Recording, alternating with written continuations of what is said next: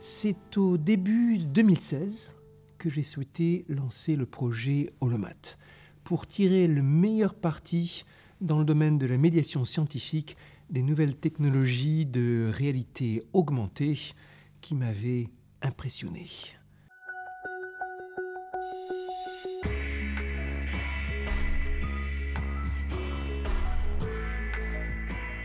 Bonjour, bienvenue dans cet établissement qui est le vôtre, comme il est celui de tous les scientifiques d'abord, et de tous les amoureux de la science ou de tous les curieux. Vous êtes là ce matin pour présenter Holomat, je vous laisserai en parler bien mieux que moi, mais je vous invite évidemment à tester, comme je viens de le faire, c'est assez spectaculaire. L'essence de Holomat, c'est la rencontre de trois mondes. En premier, le monde de la pédagogie, l'éducation, comment on peut transmettre les choses. En deuxième, la recherche, aussi bien du fait qu'on souhaite parler de la recherche, mais aussi faire de la recherche dans les méthodes pédagogiques. Comment on peut renouveler l'enseignement, la transmission, sans balayer d'un revers de la main tout ce qui existe, mais en tirant parti des nouveautés existantes. Et le troisième pilier qu'on souhaite mettre en avant, c'est la haute technologie. C'est un casque de réalité mixte qui vous permet de voir à travers, donc de voir le monde réel dans lequel on se situe, la pièce dans laquelle on se situe, mais aussi est équipé de caméras qui scannent cette pièce en reconstituant un modèle 3D dans lequel on peut venir insérer des hologrammes, des objets virtuels qui eux-mêmes peuvent interagir avec le monde réel. Cette technologie permet de voir des objets 3D, de tourner autour, éventuellement d'interagir avec. Si tu veux communiquer la mathématique, ce monde abstract, d'une manière vraiment interactive, premièrement, il faut visualiser la mathématique. Parce que ça c'est abstract, alors il faut d'une tool, d'un outil qui fait la visualisation en temps réel et en 3D. Alors c'est possible. C'est encore un prototype, comme le disait Cédric, et on voudrait aller beaucoup plus loin dans l'aspect interactif, dans l'aspect narratif, pour partager vraiment une expérience ensemble. La question, c'est quoi la nouvelle technologie qui a ce effet waouh, non ?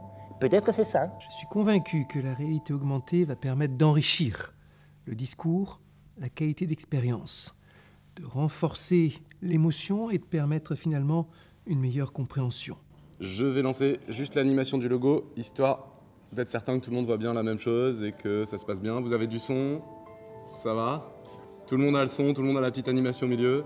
On va faire apparaître une petite particule, vous la voyez tous, au milieu ici.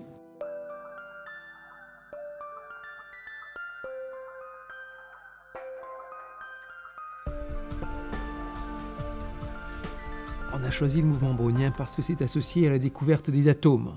Les atomes sont associés à Jean Perrin, qui est à la fois la figure tutélaire un peu du contact entre science et société, mais aussi Jean Perrin, c'était le fondateur du bâtiment que nous sommes en train de réaménager à l'Institut Henri Poincaré pour en faire notre maison des mathématiques.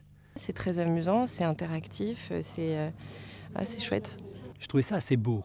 Et surtout, c'est une expérience où on est très immergé dans quelque chose qui n'existe pas, mais qui est quand même très très présent. C'est une manière en plus très, très ludique de rendre la science, et notamment les mathématiques et la physique, plus accessibles aux gens.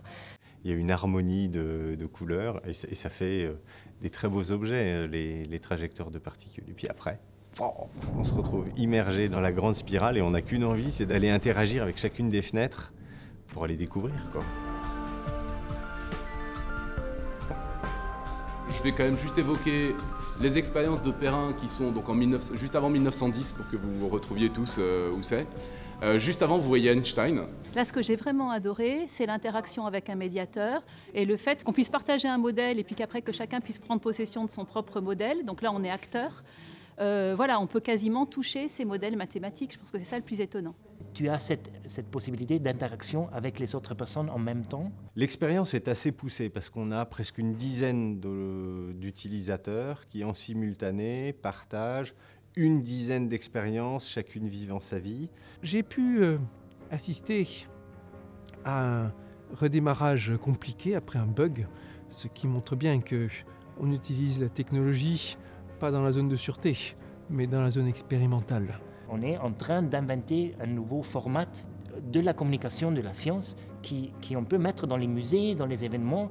C'est vraiment un nouveau format que je crois on va établir avec ça. Notre but, c'est trouver avec la nouvelle technologie la meilleure façon de rajouter du sens à la communication et à la médiation scientifique. Utiliser la technologie pour nous rapprocher, pour augmenter la qualité et l'impact des messages.